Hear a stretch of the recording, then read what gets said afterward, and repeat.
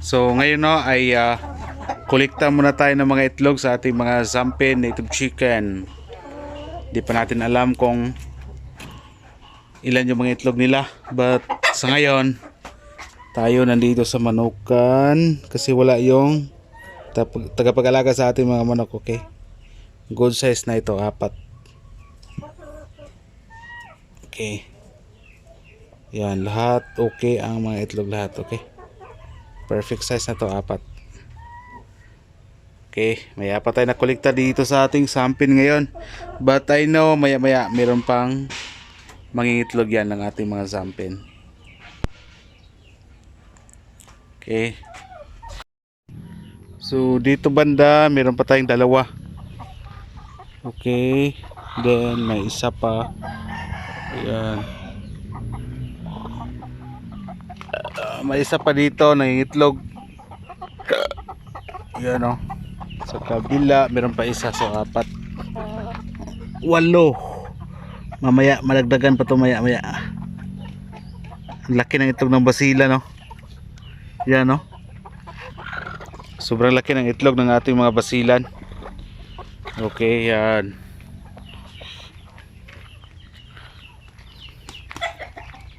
Ayan sila.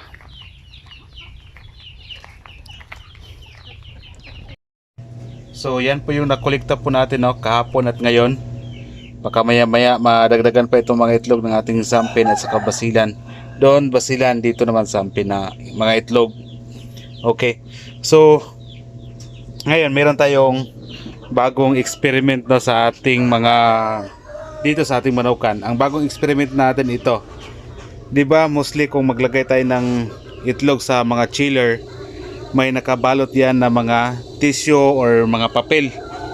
Pero this time may nakita ako sa online, pwede pala sila walang papel. So yan, pero ito experiment pa lang to, so hindi pa pwede nyo gayahin kasi ito experiment ito. Hindi ko alam kung ano yung maging resulta nito, maganda ba siya or hindi. Yan, no? Wala silang papel. For the first time ginagawa ko yan.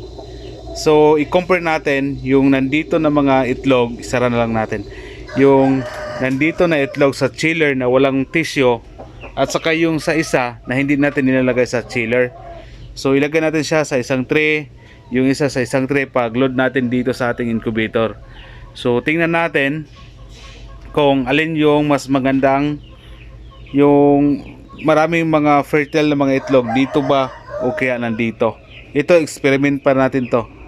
So ginagaya ko kasi yung iba sa online. So if maging okay to siya dito banda, ituloy natin. Kasi kung maglagay pa tayo ng tissue, maibalot natin ng tissue yung mga yan, mga fertile eggs ng ating mga native na mga manok, kaunti lang po yung malalagay natin dyan. Whereas kung wala siyang mga tissue or mga papel na binabalot yung ating mga itlog ng ating mga manok, tulad ganyan, pwede tayong magload dyan ng 200 to 50, depende kung ilan po yung makukolekta natin. So yan, kung may tissue yan hanggang nasa 120 lang siguro, kung wala kaya ang 200. Kasi maliit lang po yung ating chiller, no? Yan, maliit lang yan. Pero i-load natin yan, mga 15 days lang siya para marami pa ring mapipisa. So abang-abangan lang natin yung dito banda kung ano yung maging resulta. So para masabi natin na pwede nyo gayahin yung ating bagong eksperimento sa ating manukan. Okay, so dito malapit na tong ilipat natin sa hatcher yung ating incubator. Okay, so yan, hindi natin nilagay sa chiller na mga fertile eggs versus nilagay dito sa chiller. Tingnan natin kung ano yung resulta.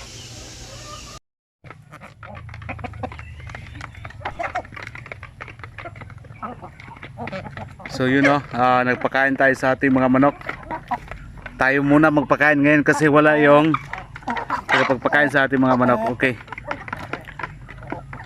pero alam nyo, dati lahat dito sa aking manukan, ako lang mag-isa, kayang kaya. So ngayon na merong akong kasama na mag-alaga dito, ay magiging madali na lang ang lahat.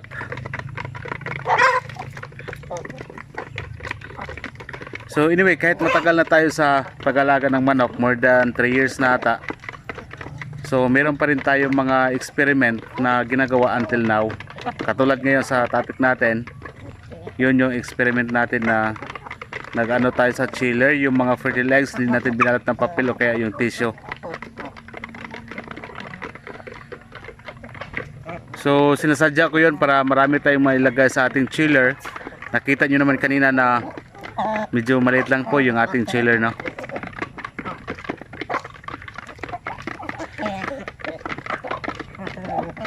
Yung nasa incubator, once mapipisa din yon, matik may mga buyer na yun lahat ng ating mga dissolved na mga sisiw. Para sa thesis project din yon yung i-supply natin. Okay.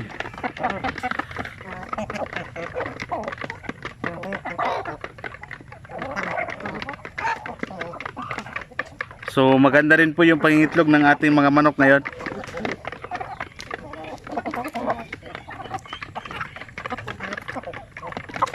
Even sa iba, no, na medyo matagal na rin sila, umabot ng 10 years, 15 years sa kahit anong manok, native or mga heritage na mga manok, maraming pa rin silang mga eksperimento na ginagawa. Kumbaga hindi tayo na kontento sa ating manukan.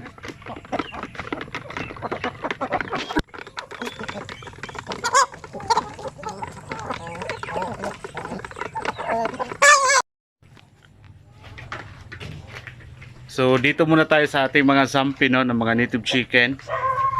Okay. So nakita nyo, isa lang po yung roster na nilagay natin dyan. At saka siyam na babae. So ano yan, experiment din natin yan. Titingnan natin kung marami bang mga fertile eggs or maganda ba yung itlog nila kapag marami yung babae, isa lang po yung lalaki. 1:9 yung ratio natin dito. Yan ang mga sampin. Pero dati nakita ko sila yung naka free range lang yung ating nakagala lang po yung ating mga native na manok. Pero this time ay nakakulong po sila sa breeding pen. Yan. So titingnan natin kung maganda yung pagka nito, marami bang mapipisan nito sa kanilang mga itlog.